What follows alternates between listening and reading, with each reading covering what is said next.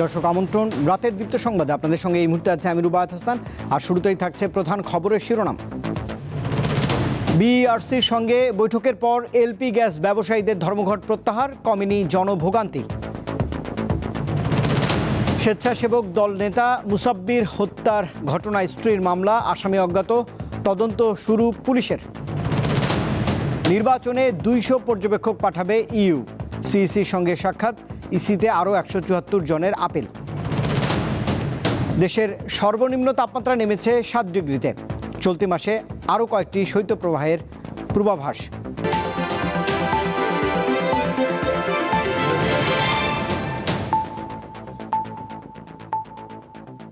দর্শক দীপ্ত সংবাদে এছাড়াও যা থাকছে: সাতক্ষীরায় লবণাক্ত পানিতে ধ্বংস হচ্ছে জীবন জীবিকার উপকরণ ও উৎস, বাড়ছে রোগ ব্যাধি, বাড়িঘর ছাড়ছেন এলাকাবাসী। এবারে পুরো আয়োজন।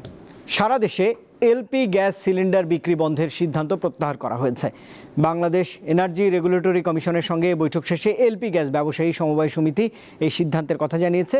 এদিকে গ্যাস সরবরাহ বন্ধ থাকায় ভোগান্তিতে পড়েছেন সাধারণ মানুষ। গত কয়েকদিন ধরেই গ্যাস সরবরাহ কম থাকলেও বৃহস্পতিবার সকাল থেকে পুরোপুরি বন্ধ রাখেন ব্যবসায়ীরা।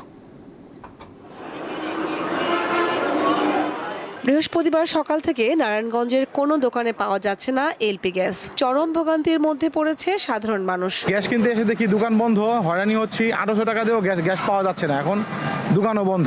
তো আমরা রান্না করে খাবো কি? সরকারের কাছে আবেদন আমার কাছে, সরকারি যে রেট এই রেটে যাতে সবাই দোকানে সেল করে এবং যাতে আমরা গ্যাস অ্যাভেলেবেল পাই। আমরা দোকানে গ্যাস নিয়ে গেলে গ্যাসের দাম 2000, 1800 এরকম কিনতে হয়, কিন্তু আমরা এই টাকাটা কই থেকে আমরা ম্যানেজ করি? মাল দিতে পারতেছেন না, কারণ ওদের হইল গিয়ে কি বর্তমানে 37টা কোম্পানি ছিল। এই 37টা কোম্পানির মধ্যে 5-6টা কোম্পানি গ্যাস দিতে পারে, আর গুলি দিতে পারেন। আপনারা গ্যাস দিয়ে আপনারা বন্ধ করবেন কেন? আপনারা যদি না দেন আমরা কি করবো? আমরা কি কাস্টমারের সাথে কি মারামারি করবো? ময়মনসিংহের বাজারেও বন্ধ রয়েছে সব ধরনের এলপি গ্যাস সিলিন্ডার বিক্রির কার্যক্রম। দোকানিরা বলছেন তারা ডিলারদের সাথে কোনোভাবেই যোগাযোগ করতে পারছেন না। লক্ষ্মীপুর জেলার গ্যাস স্টোরগুলোতে পর্যাপ্ত সিলিন্ডার থাকলেও খুচরা বিক্রয় কেন্দ্রগুলোতে গ্যাস সিলিন্ডার পাওয়া যাচ্ছে না। বিপণনকারীরা বলছেন কেন্দ্র থেকে বেচাকেনা বন্ধ থাকায় খুচরা বাজারে বিক্রি করতে পারছেন না তারা। রাঙামাটিতেও একই অবস্থা, বাজারে এলপি গ্যাস সিলিন্ডার বন্ধ। এদিকে গ্যাস সংকটের কারণে ভোগান্তিতে পড়েছেন সাধারণ গ্রাহক ও হোটেল রেস্তোরাঁর মালিকরা। কামরুন নাহার, দীপ্ত, বার্তাকক্ষ। রাজধানীর তেজগাঁওয়ে স্বেচ্ছাসেবক দলনেতা মুসাব্বির হত্যার ঘটনায় মামলা দায়ের হয়েছে। বৃহস্পতিবার তেজগাঁও থানায় অজ্ঞাত 3 থেকে 4 জনকে আসামি করে মামলা দায়ের করেছেন নিহতের স্ত্রী। পুলিশ বলছে প্রশাসনের প্রাণনাশের আশঙ্কার কথা আগে থেকে স্ত্রীকে জানিয়েছিলেন মুসাব্বির। বিভিন্ন বিষয় মাথায় রেখেই তদন্তে নেমেছে পুলিশ।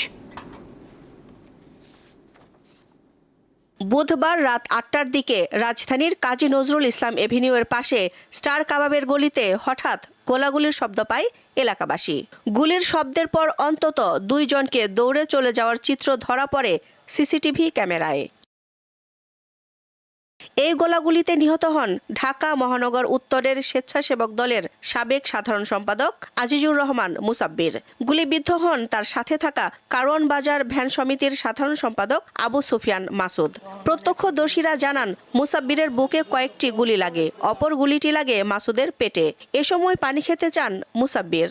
এখানে যখন গুলি দেখাইছে না, তখন করতেছে বলতেছে আমি পানি খাবো, আমার একটু পানি দাও মা, আমি আর বাঁচবো না বলে দোকান থেকে পরে আমরা কয়েকজনে মিলে পানি আইনা মুখে দিচ্ছি। এই জায়গাতে গুলি করার পরে মুসাব্বির ভাই এই জায়গায় মানে উনি সেভ করার জন্য এই জায়গায় ছিল। তো সেভ করার মানে এদিক দিয়ে একটা হুন্ডা আছে না, এদিক দিয়ে গুলি করছিল, পরে গুলিটা লাগে না লাগানো মুসাব্বির ভাই এদিক দিয়ে দুধ দিয়ে মানে ওদিকে যাবে।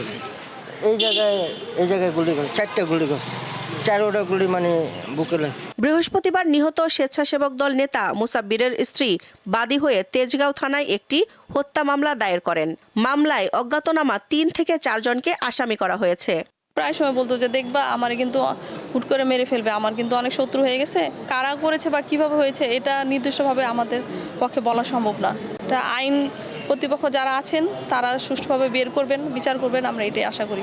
পুলিশের তেজগাঁও বিভাগের ডিসি ইবনে মিজান জানান, নিহত মুসাব্বির মৃত্যুর আগে স্ত্রীকে জানিয়েছিলেন তার অনেক শত্রু রয়েছে এবং তিনি প্রাণনাশের আশঙ্কা করছিলেন।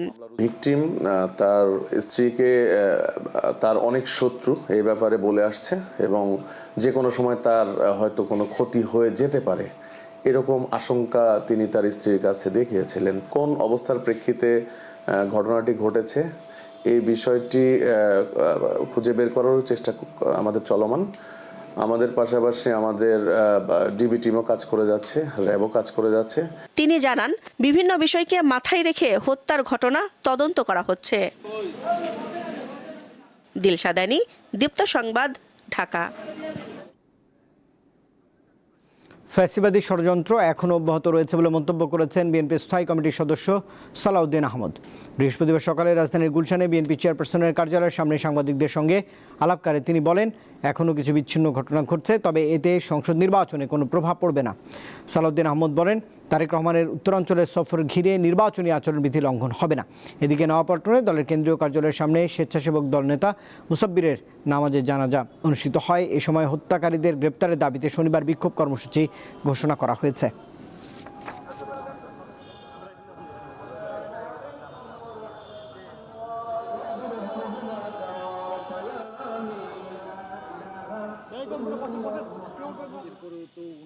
আমরা দেখতে পাচ্ছি এরকম কিছু বিচ্ছিন্ন ঘটনা ঘটছে। গতকালকের ঘটনাও তারই অংশ। এটা হতে পারে পতিত ফ্যাসিবাদী শক্তির কিছু কিছু ষড়যন্ত্র এখনো তারা চালু রেখেছে, যাতে নির্বাচনকে বাধাগ্রস্ত করতে পারে, কণ্ঠকাঠিন্য করতে পারে, গণতন্ত্রের উত্তরণের পথটাকে সহজতর না করতে পারে। কিন্তু তাদের সেই প্রচেষ্টা কখনো সফল হবে না। সরকারকে বেকায়দায় ফেলতেই মুসাব্বির হত্যার মতো লোমহর্ষক ঘটনার পুনরাবৃত্তি ঘটনা হচ্ছে। তাই এসব দুষ্কৃতিকারীদের কঠোর হস্তে দমনের বিকল্প নেই বলে মন্তব্য করেছেন বিএনপির মহাসচিব মির্জা ফখরুল ইসলাম আলমগীর। বিএনপি নেতা আজিজুর রহমান ওরফে মুসাব্বির হত্যাকাণ্ডের ঘটনায় বৃহস্পতিবার শোক জানিয়ে এক বিবৃতিতে তিনি একথা জানিয়েছেন। তীব্র নিন্দা, প্রতিবাদ ও গভীর উদ্বেগ প্রকাশ করে মির্জা ফখরুল বলেন, দেশে পরিকল্পিতভাবেই অস্থিতিশীলতা তৈরির অপচেষ্টা চলছে। এই ধরনের সহিংসতা সাধারণ মানুষের মধ্যে নিরাপত্তাহীনতা বাড়াচ্ছে।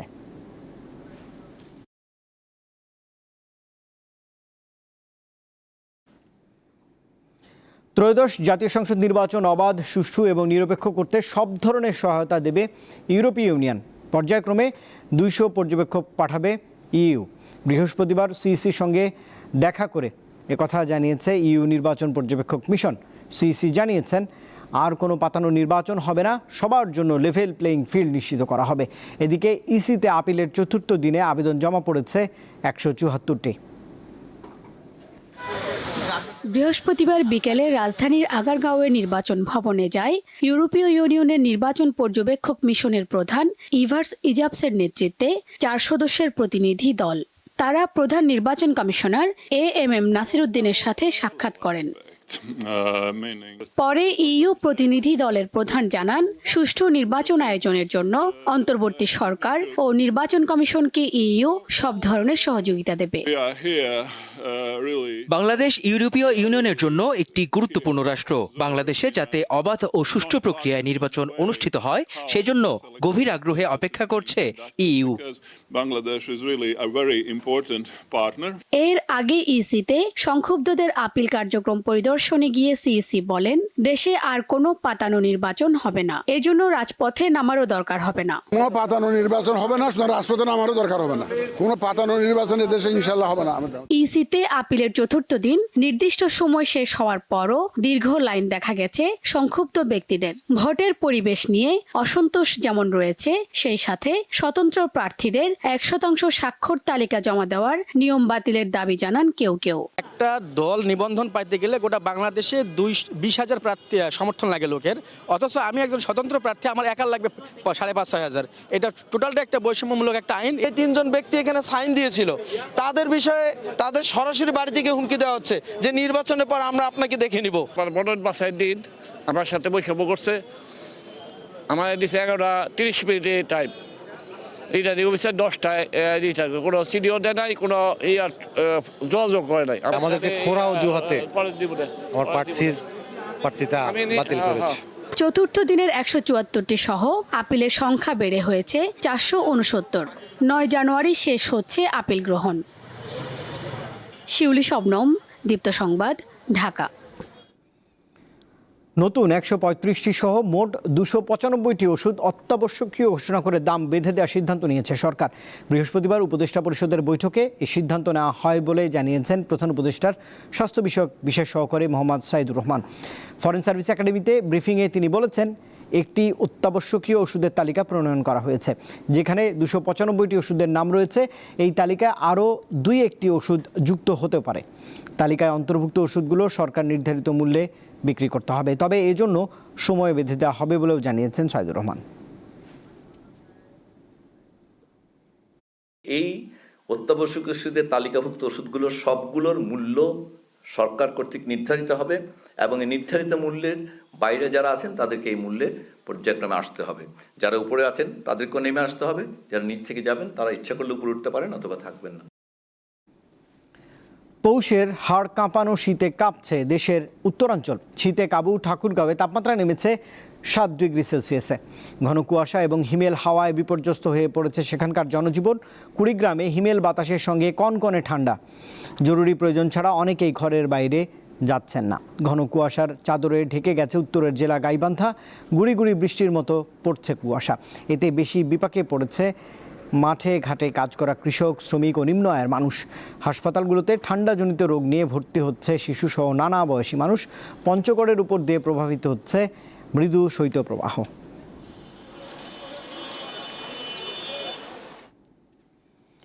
আবহাওয়া অফিস বলছে, সহসাই কমছে না শীত। এ মাসেই আরও কয়েকটি শৈত্যপ্রবাহ হতে পারে। আগামী 2-3 দিন দেশের উত্তর ও পশ্চিমাঞ্চলের কোনো কোনো জেলায় মৃদু থেকে মাঝারি শীত অনুভূত হবে। ক্যালেন্ডারের পাতা এখন জানুয়ারি। মাঘের হাড় কাঁপানো ঠান্ডার সাথে হিমেল হাওয়ায় বিপর্যস্ত সাধারণ মানুষের জীবন।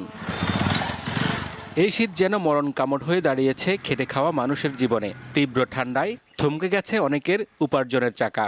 বিশেষ করে বৃদ্ধ ও শিশুদের দুর্ভোগ পৌঁছেছে চরমে। তবুও ভোরের হাড় কাঁপানো ঠান্ডাকে উপেক্ষা করেই জীবিকার তাগিদে পথে নামছেন শ্রমজীবী মানুষ। এই গেঞ্জি গায়ে দিয়েছি, জুতো পায়ে দিয়েছি, মোজা পরেছি, প্যান্ট পরেছি, খোলে উপরে লুঙ্গিন পরেছি, তাও ঠান্ডা একটি না। শীতে গাড়ি চালানো সম্ভব হয় না। বিগত কয়েক বছরের ভিতরে মানে এবার একটু শীত বেশি আর কি। প্রচুর পরিমাণে কুয়াশা এবং কনকনে শীত, মানে এই শীতটা আসলে সহ্য করার মতন না। আবহাওয়া অধিদপ্তর বলছে, রংপুর, রাজশাহী, খুলনা, যশোর ও মৌলভীবাজার সহ 10 জেলায় বইছে মৃদু থেকে মাঝারি শৈত্যপ্রবাহ। শ্রীমঙ্গলে দেশের সর্বনিম্ন তাপমাত্রা রেকর্ড করা হয়েছে 7 ডিগ্রি সেলসিয়াস। আর ঢাকায় তাপমাত্রা 12.9। কুয়াশার চাদরে সূর্য দেখা না মেলায় দিনভর অনুভূত হচ্ছে হাড় কাঁপানো শীত। শনিবার থেকে ঢাকাসহ দেশের বেশিরভাগ অঞ্চলে শীতের তীব্রতা বাড়তে পারে বলে জানিয়েছে আবহাওয়া অফিস।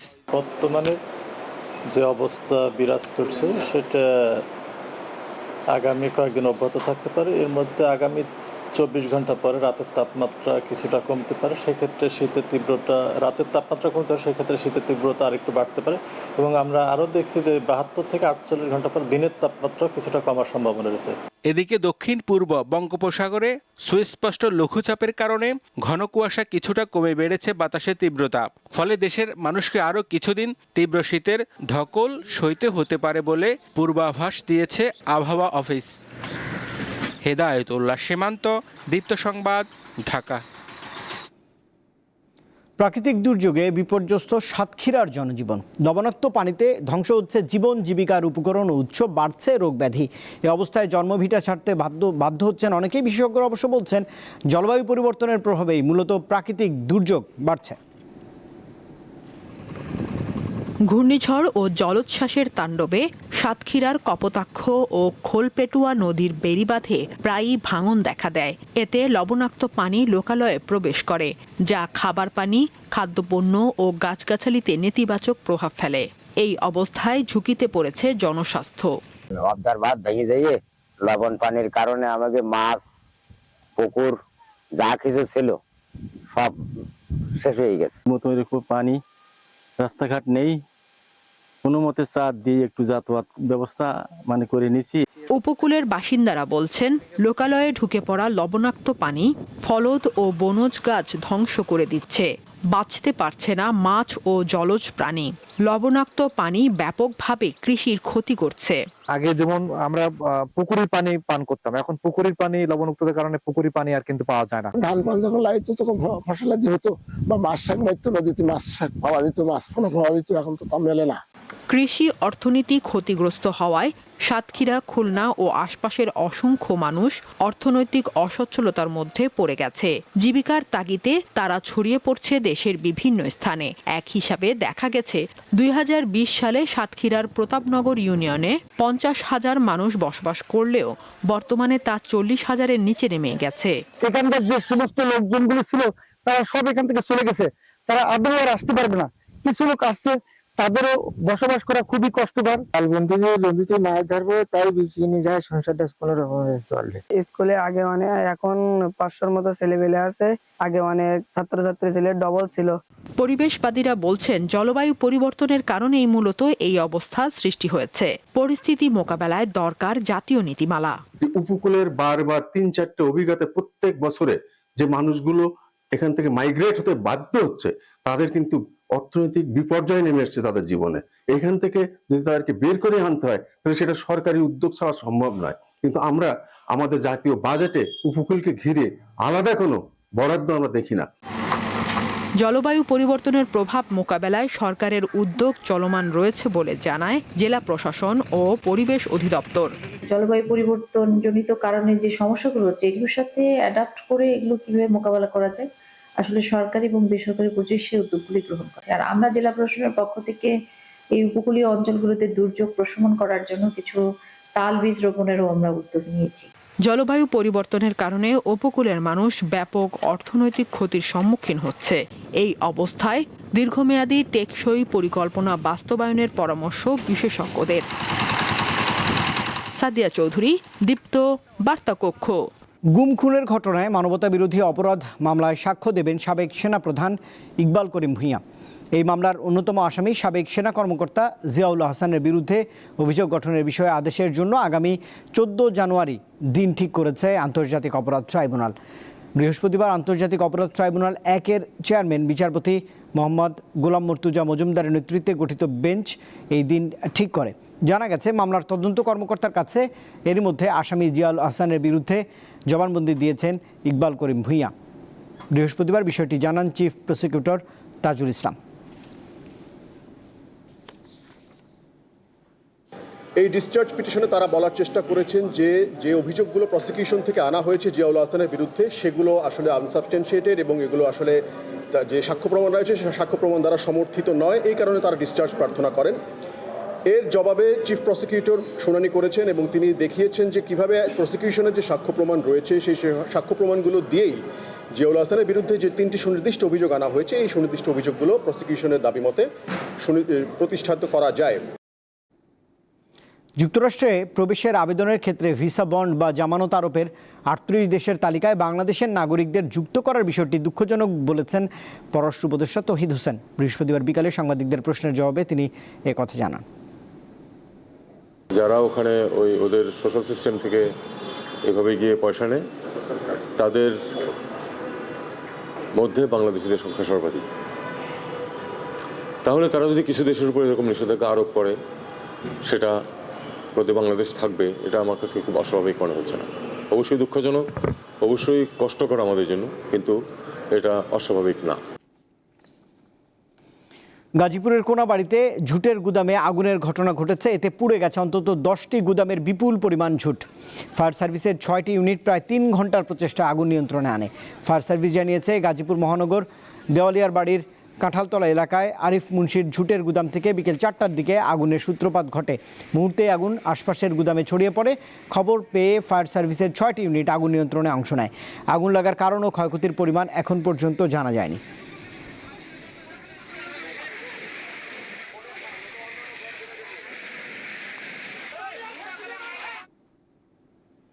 নারায়ণগঞ্জে কাঁচপুর ব্রিজের নিচে টিকে গ্রুপের তেলের ট্যাঙ্কের একটি পাইপ ফেটে গেছে।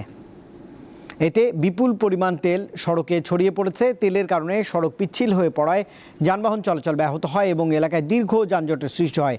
খবর পেয়ে ঘটনাস্থলে পুলিশ ও সংশ্লিষ্ট কর্তৃপক্ষ পৌঁছে পরিস্থিতি নিয়ন্ত্রণে আনার চেষ্টা করছে। নিরাপত্তার স্বার্থে ওই এলাকায় যানবাহন চলাচল সীমিত রাখা হয়েছে। তেল অপসারণ এবং পাইপ মেরামতের কাজ চলমান রয়েছে বলেও জানিয়েছে কর্তৃপক্ষ। সোনারগাঁ থানা পুলিশের ভারপ্রাপ্ত কর্মকর্তা জানান, জাহাজ থেকে তেল নামানোর সময় সরবরাহকারী পাইপ ফেটে ভোজ্য তেল রাস্তায় ছড়িয়ে পড়েছে।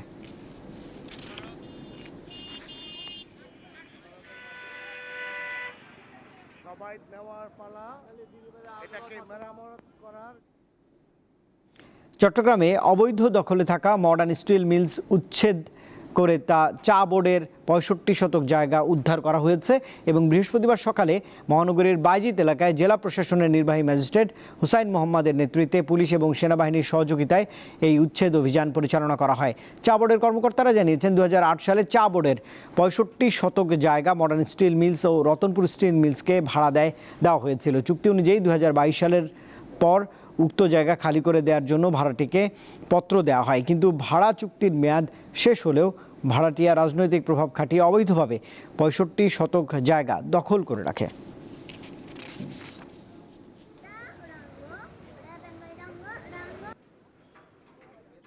আন্তর্জাতিক প্রসঙ্গ। যুক্তরাষ্ট্রে অভিবাসন কর্মকর্তার গুলিতে নারী নিহতের ঘটনায় বিক্ষোভে উত্তাল হয়ে উঠেছে বিভিন্ন শহর।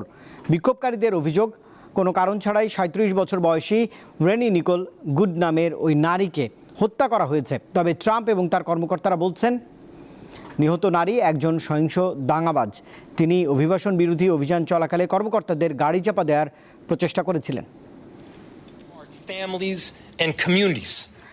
মিনেসোটা অঙ্গরাজ্যের সবচেয়ে বড় শহর মিনিয়াপলিসে স্থানীয় সময় বুধবার সকালে চলছিল অভিবাসন বিরোধী অভিযান।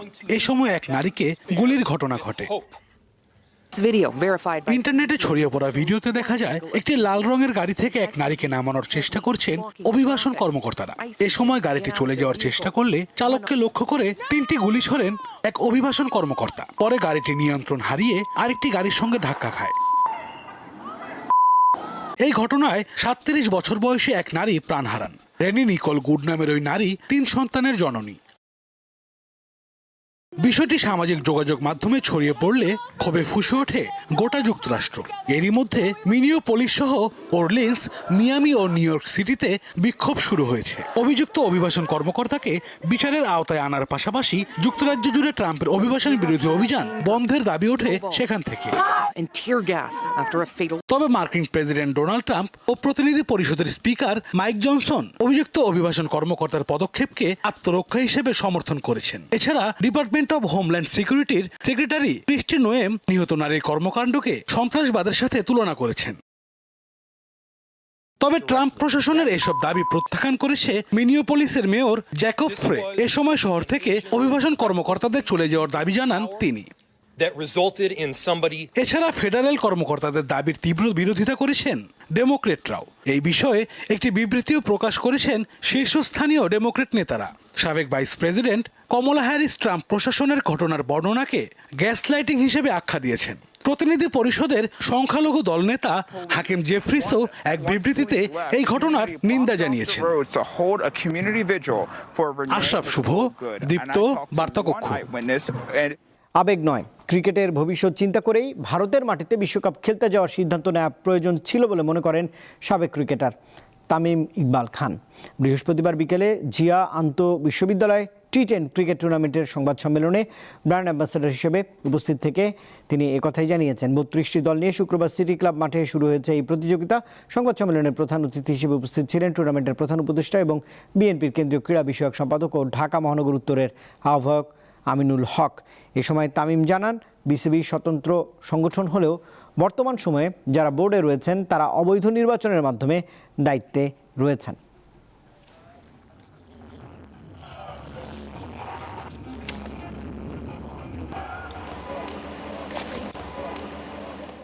সবাইকে একসাথে মিলে অনেক সময় ডায়লগে অনেক কিছু সমাধান করা যায়। আপনার নিজের বাংলাদেশের অবস্থান ওয়ার্ল্ড ক্রিকেটে কি, বাংলাদেশের ভবিষ্যৎটা কি হইতে পারে, সব কিছু চিন্তা করে আমার সিদ্ধান্ত আমি নিতাম। আমরা বাংলাদেশ ক্রিকেট বোর্ডকে একটা ইন্ডিপেন্ডেন্ট বডি মনে করি। অবশ্যই গভর্নমেন্ট এটার অনেক বড় পার্ট, আপনার গভর্নমেন্টের সাথে আলোচনা করতে হবে। বর্তমান বোর্ড এই অবৈধ ইলেকশনের পর একটা জিনিসই করছেন, ওটা হলো টাইম বাই করা। আমি কেন এই কথাটা বলছি, আমি খেলা বাংলাদেশের মাটিতে হবে না এটার পক্ষে আমি না।